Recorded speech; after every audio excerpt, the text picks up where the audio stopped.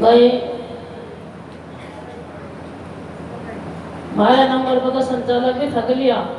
चलो खैर नवे संचालक पैदा हो गए, हमें तो बड़ी खुशी हुई। हमारे नवे नवे तो आए संचालक। भाई बात ऐसी है ना, सत्संग संत सकल लग रहे हैं, और सत्संग करने में किसी पर हम जबरदस्ती तो करवाते नहीं। फिर लोग सतगुरु के दरबार में करोड़ों करोड़ों बार बतावा बंदगी करने को, और अब रात में 10 20 50 शब्द का नंबर आता होगा। 2 बार सत्संग करवाओ, एक बार आते एक बार जाते, 100 बार सत्संग करनी पड़ जाती होगी। तो करोड़ों बार का हम तो कौन सा हिस्सा करते होगा सत्संग, और हम ये भी नहीं कर पाते। फिर हमारा सत्संग में आने का फायदा क्या है?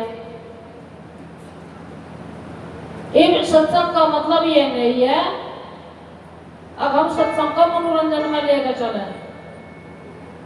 जो सत्संग का भी मनोरंजन में लेकर चलेगा तो फिर हमारा कल्याण का और कोई भी रास्ता को ना भाई।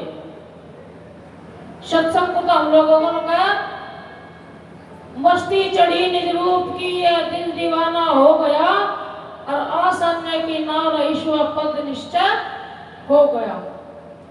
जब तक सत्संग सुनते सुनते हम लोगों को अपने आनंद में, अपने स्वरूप में मस्त न हो,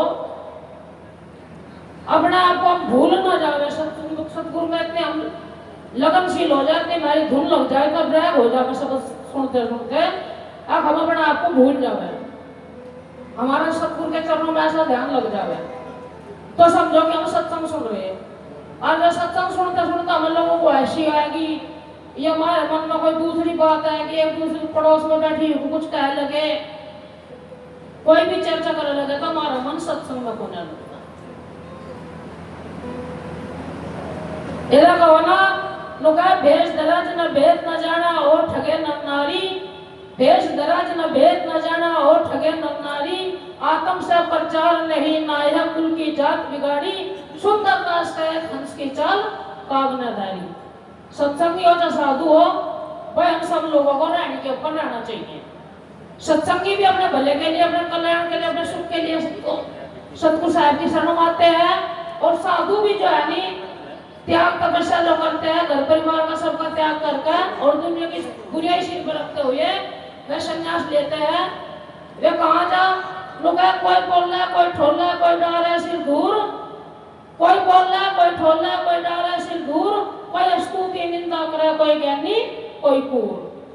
साधु सबकी सहन कर रहे हैं, और सबकी सहन करते हुए जो जिस मंजिल के लिए उन्होंने त्याग किया, ये दुनिया के इतने कष्ट दुनिया देती है ना, इतनी ताड़ना देते हैं, सबको सहन करते हुए चले जाते हैं, और फिर भी मंजिल अधूरी रहेगी, तो समझो कि हम ना कहीं हमारे कर्म में कमी रहेगी। तो हमारी रिक्वेस्ट है, ये ना सोचो भाई हमें बिना करे सुख मिल जाएगा। नुका सुख की तलाश भैरी नाना क्रिया पसारी, सुख की तलाश भैरी नाना क्रिया पसारी, तुम भोग का नाड़ी आंसू बहा रहा है, मुक्ति खरीदने में खुद को बिका रहा है। यदि सुख नुका पंडित बात बने से झूठा, और राम कहे जगत गत पावे खान कहे मुख मिठा। यदि खान खान कहने से मुंह मिठा हो जाए तो फिर जानी गन्ना पड़े की जरूरत ना पड़े। यदि राम राम कहने से हम लोग को मनोसा रहित हो जाता, हम लोगों को जानी दान गुण सेवा सत्कार भजन बंदगी है, ये सब कुछ करने की जरूरत ना पड़े।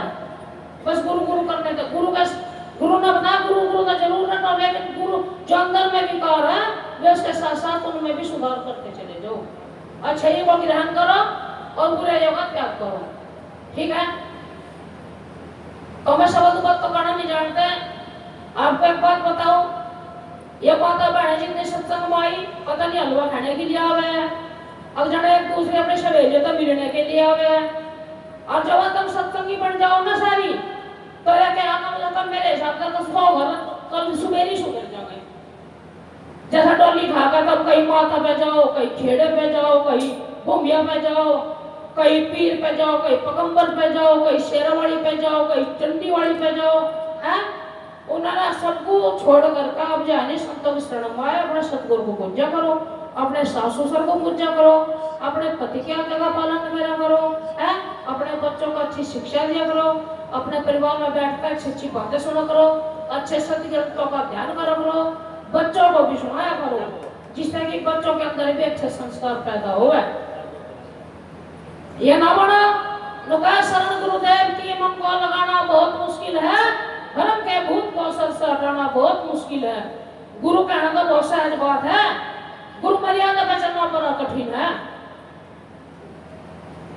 नुका गुरु सी निशा उतरे ही शब्द भी मुखा होई, तब काल घसीटिया बात सके ना कोई।